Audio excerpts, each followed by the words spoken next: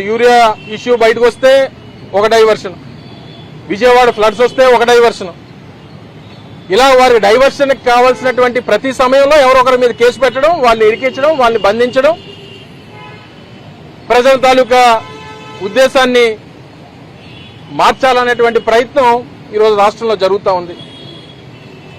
నిన్న మొన్న చూసాం బాలకృష్ణ గారు మాట్లాడినటువంటి మాటలు.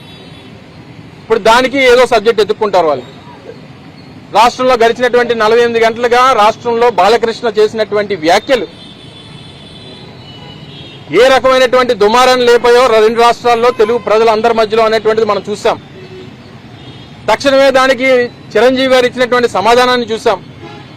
మా నాయకుడు జగన్మోహన్ రెడ్డి గారి మీద చేసినటువంటి వ్యాఖ్యలకి వైఎస్ఆర్ కాంగ్రెస్ పార్టీ నాయకత్వం చేస్తున్నటువంటి ఆందోళనలు చూశారు. ఈరోజు రాష్ట్ర వ్యాప్తంగా దాని మీద పెద్ద ఎత్తున చర్చ జరుగుతూ ఉంది. దాన్ని ఏ రకంగా డైవర్ట్ చేయాలంటే మరో ఇంకో ఇద్దరిని ఎవరినో పేర్లు తీసుకొని వచ్చి వాళ్ళిద్దరిని ఎవరినో వేసేయడం, బాలకృష్ణ సబ్జెక్ట్ ని డైవర్ట్ చేయాలనేటువంటి ప్రయత్నం జరుగుతుంది. యూరియా గురించి వస్తే ఒక సబ్జెక్ట్ డైవర్షను, బాలకృష్ణ గురించి వస్తే ఒక సబ్జెక్ట్ డైవర్షను, విజయవాడ వరదలు వస్తే ఒక సబ్జెక్ట్ డైవర్షను, తిరుపతి లడ్డూ గురించి ఒక సబ్జెక్ట్ వస్తే అదొక డైవర్షను. ఇవన్నీ కూడా చూసిన తర్వాత ఈరోజు మిథున్ రెడ్డి గారిని కలిసాం.